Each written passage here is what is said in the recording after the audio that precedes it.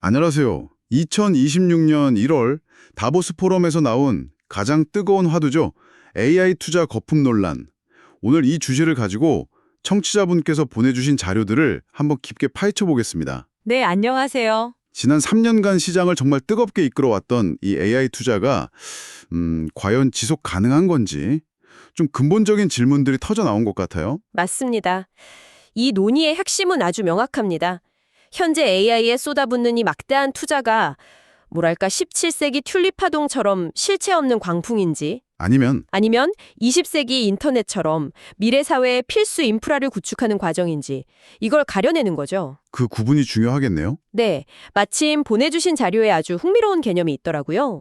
노벨 경제학상 수상자 피터 하위트가 제시한 합리적 거품이라는 개념입니다. 합리적 거품이요?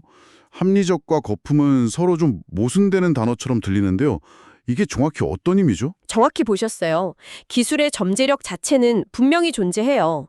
그래서 투자의 명분은 합리적이라는 겁니다. 아, 하지만 그 잠재력이 실현되는 속도보다 기대감이 훨씬 더 앞서 나가면서 자산 가격이 비이성적으로 폭등하는 상황을 말하는 거죠. 모두가 이게 거품인 줄 알면서도 나만 빠질 순 없다는 심리로 참여하는 그런 상황이에요. 알겠습니다. 오늘 다룰 내용이 바로 이 합리적 거품이 어떻게 만들어지고 또 어떻게 꺼져가는지를 보여주는 아주 생생한 사례가 되겠네요. 바로 그렇습니다. 좋습니다. 그럼 거품 논란의 가장 중심에 있는 인물이죠. 엔비디아의 젠슨 황 CEO 이야기부터 시작해보죠. 이분이 다보스에서 지금의 투자는 투기가 아니다. 인류 역사상 가장 거대한 인프라 구축이다. 이렇게 주장하면서 아주 재미있는 비유를 들었더라고요. 네, 5계층 케이크 모듈 말이죠. 맞습니다. 5계층 케이크요. 네, AI 생태계 전체를 하나의 커다란 케이크로 설명을 한 건데요. 가장 아래, 그러니까 1층은 에너지입니다. 아, 에너지부터요? 네, 데이터 센터 수요가 폭증하면서 이 전력 부족이 AI 발전의 가장 큰 발목을 잡고 있다는 거죠. 그리고 2층이 우리가 잘 아는 GPU 같은 반도체 칩이고요. 이제는 뭐 국가안보 자산이 됐죠. 맞습니다. 그리고 3층은 이런 것들을 담는 그릇, 바로 클라우드 인프라입니다. 그리고 그 위에 이제 우리가 실제로 쓰는 AI 모델이랑 서비스가 올라가는 거군요. 정확합니다. 4층이 GPT 같은 파운데이션 모델, 그리고 가장 꼭대기, 우리가 맛보는 크림에 해당하는 5층이 바로 애플리케이션입니다. 젠슨 황의 논리는 아주 명쾌해요.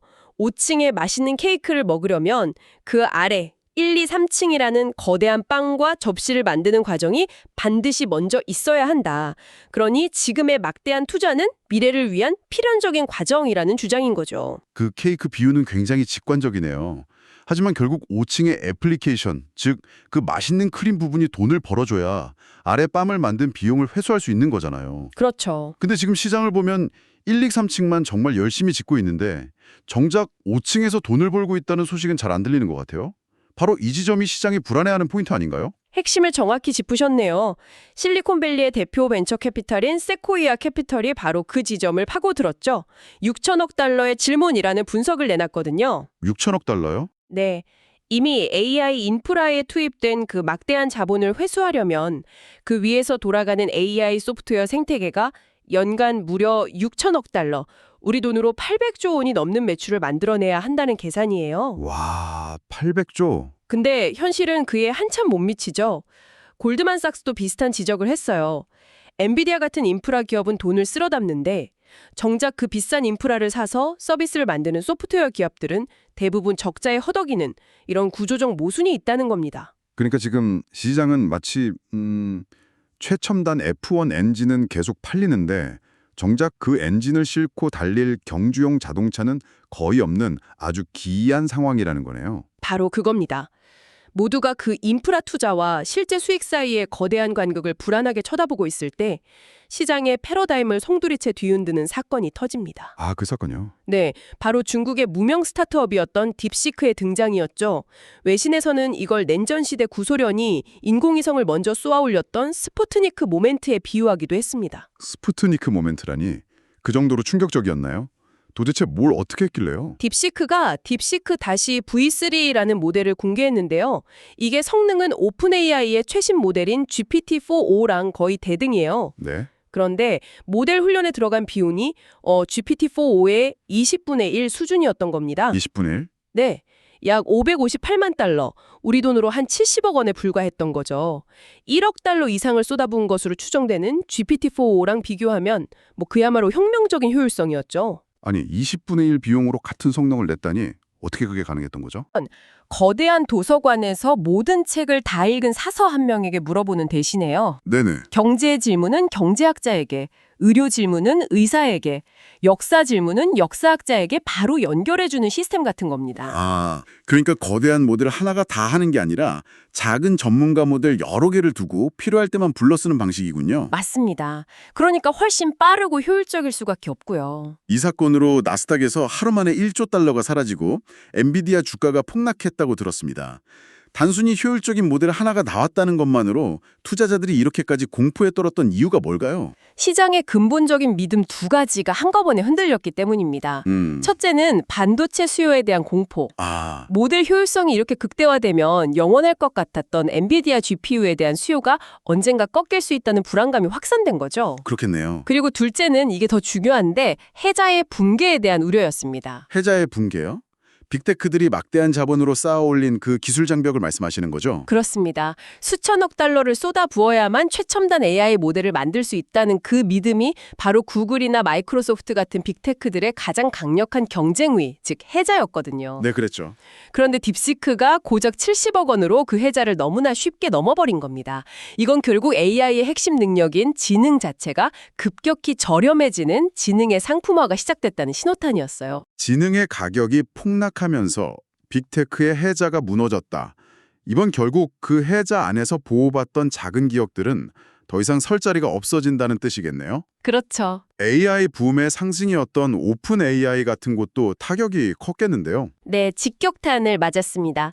2026년 한 해에만 오픈 AI의 손실액이 140억 달러, 우리 돈으로 19조 원에 달할 수 있다는 비관적인 전망까지 나왔죠. 19조 원이요? 네, 결국 샘 알트먼 CEO가 다보스에서 우리는 AI 거품 속에 있다고 인정하면서 비용 문제 해결을 위해 과거 최후의 수단이라고 했던 광고 모델 도입을 공식화했습니다. 아, 결국 광고를 도입했군요. 네, 이건 범용 인공지능, 즉 AGI의 도래가 시장의 기대보다 훨씬 더 늦어지고 있다는 걸 스스로 인정한 셈이죠. 유망주로 꼽힐 다른 유니콘 기업들의 몰락은 훨씬 더 직접적인 신호였을 것 같고요. 상황은 훨씬 심각했습니다. 마이크로소프트의 투자를 받았던 영국의 빌더.AI는 재정 부실 의혹 속에 파산했고요. 아, 그랬군요. 또 이미지 생성 AI 붐을 이끌었던 스테빌리티 AI는 뚜렷한 수익 모델을 못 찾아서 기업 가치가 2년 만에 99% 가까이 폭락했습니다. 사실상 사라진 거죠. 99%요? 네. 그리고 GPT 같은 기반 모델을 활용해서 글쓰기 서비스를 제공하던 제스퍼 AI는 기반 모델 자체의 성능이 너무 좋아지니까 자신들만의 독자적인 가치를 잃어버리고 대규모 구조 조정을 할 수밖에 없었습니다. 들어보니까 금융과 소프트웨어 쪽에 거품이 꺼지는 과정이 아주 혹독했네요. 네, 혹독한 겨울이었죠. 그런데 청취자분께서 보내주신 자료들을 보면 다보스에서 기술 리더들은 이런 금융 문제보다 더 근본적인 문제를 심각하게 논의했다고 합니다. 바로 에너지처럼 피할 수 없는 물리적 한계와의 충돌 말이죠. 맞습니다. 일론 머스크가 AI 확산의 제약 요인은 칩이 아니라 근본적으로 전력이다라고 단언했을 정도니까요. 네. 이게 더 이상 추상적인 경고가 아니라 현실적인 입법 위기로 나타나고 있습니다. 세계 최대 데이터 센터 밀집 지역인 미국 버지니아주에서는 전력망 부담 때문에 신규 데이터 센터 건설을 제한하는 법안까지 상정됐어요. 아, 법으로 막으려고 하는군요. 네, 유럽은 더 심각해서 아일랜드 더블린과 네덜란드 암스테르담은 이미 신규 데이터 센터 건설을 아예 중단시킨 상태입니다. 땅 위에서는 더 이상 데이터 센터를 지을 곳도 공급할 전기도 부족해지는 상황이네요. 그러다 보니 정말 공상과학 영화에서나 나올 법한 해결책까지 나왔더라고요. 우주 데이터 센터 구상 말씀이시죠? 네, 바로 그겁니다. 네, 일론 머스크가 스페이스X의 스타쉽을 활용해서 궤도 데이터 센터를 만들겠다는 계획을 발표했죠.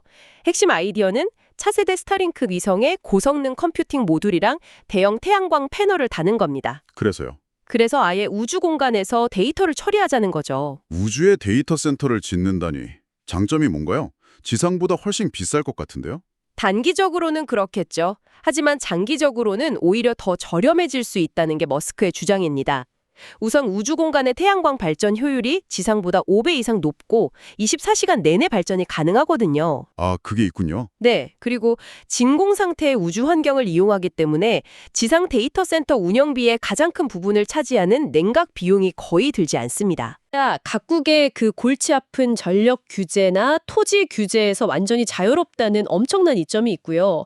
머스크는 2, 3년 안에 우주가 AI 데이터 센터를 운영하는 가장 저렴한 장소가 될 거라고 큰소리치고 있죠. 정말 대담한 발상이네요. 물론 동시에 지상에서도 TSMC가 애리조나 공장에서 엔비디아 최신 GPU를 대량 생산하기 시작하면서 미국 본토에서 칩을 공급하는 소버린 AI 전략도 현실화되고 있고요. 네, 맞습니다. 우주와 지상 양쪽에서 인프라 경쟁이 더 치열해지고 있는 겁니다. 이런 기술과 금융 논의의 이면에는 아주 어두운 그림자가 있었습니다. 바로 노동시장의 붕괴에 대한 경고인데요. IMF 총재가 AI가 쓰나미처럼 노동시장을 덮칠 거라는 굉장히 강력한 표현을 썼죠. 네, IMF의 분석은 상당히 충격적입니다. 선진국 일자리의 60%, 전 세계적으로는 40%가 AI의 직접적인 영향을 받게 될 거라는 건데요. 60%나요? 네, 그 영향은 두 가지로 나타납니다. AI 덕분에 생산성이 높아지는 증강과 아예 일자리가 사라지는 대체. IMF는 이 두 경우의 비율이 거의 반반일 거라고 예측했습니다. 청취자분께서 보내주신 자료에서 제가 가장 섬뜩하게 느꼈던 부분은 이 위기가 특히 청년층에게 더 가혹하게 다가올 수 있다는 지점이었습니다. 그 점이 가장 우려되는 부분이죠. AI가 데이터 입력, 기초 코딩, 단순 자료 요약처럼 이제 막 사회에 나온 청년들이 경력을 시작하는 진입 단계 일자리를 가장 먼저 그리고 가장 빠르게 파괴하고 있기 때문입니다. 이건 단순히 일자리가 몇 개 줄어드는 문제가 아니에요. 청년들이 노동시장에 진입해서 경력을 쌓아 올라갈 사다리 자체를 걷어차는 결과를 낳을 수 있거든요. 사다리를 걷어찬다라. 네. 세대 간 불평등을 극도로 심화시킬 수 있는 매우 심각한 문제입니다. 실제로 아마존이 AI 도입에 따른 효율화를 이유로 대규모 사무직 추가 감원을 예고한 것이 바로 이 경고가 현실이 되고 있음을 보여주는 거죠. 오늘 분석을 종합해보면 2020년 다보스에서 확인된 AI 투자 거품은 단순한 허상이 아니라 처음에 말씀하신 피터 하위스의 합리적 거품이라는 말이 딱 들어맞는 것 같습니다. 네. 미래를 위한 인프라 투자라는 합리적인 명분은 분명히 있었지만 그 위에 쌓였던 과도한 기대와 지속 불가능한 사업 모델들은 이제 아주 고통스러운 재조정 과정을 거치고 있네요. 정확한 정리입니다. 이제 AI 산업은 무한한 약속의 단계를 지나 냉혹한 배포의 단계로 본격 진입했다고 봐야 합니다. 이 과정에서 비효율적인 모델이나 경쟁력 없는 스타트업들은 시장에서 퇴출될 수밖에 없겠죠. 결국 소수만 살아남는 거군요. 그렇습니다. 결국 살아남는 소수의 기업만이 압도적인 효율성, 에너지와 같은 물리적 인프라, 그리고 독점적인 데이터를 무기로 새로운 경제 질서를 주도하게 될 겁니다. 결국 소프트웨어의 과잉을 해소하고 에너지와 노동이라는 물리적 현실과 통합하는 피지컬 AI의 시대, 그리고 더 적은 자원으로 더 높은 지능을 구현하는 효율성 전쟁의 시대가 본격적으로 시작된 거군요. 오늘 심층 분석은 여기서 마무리하겠습니다.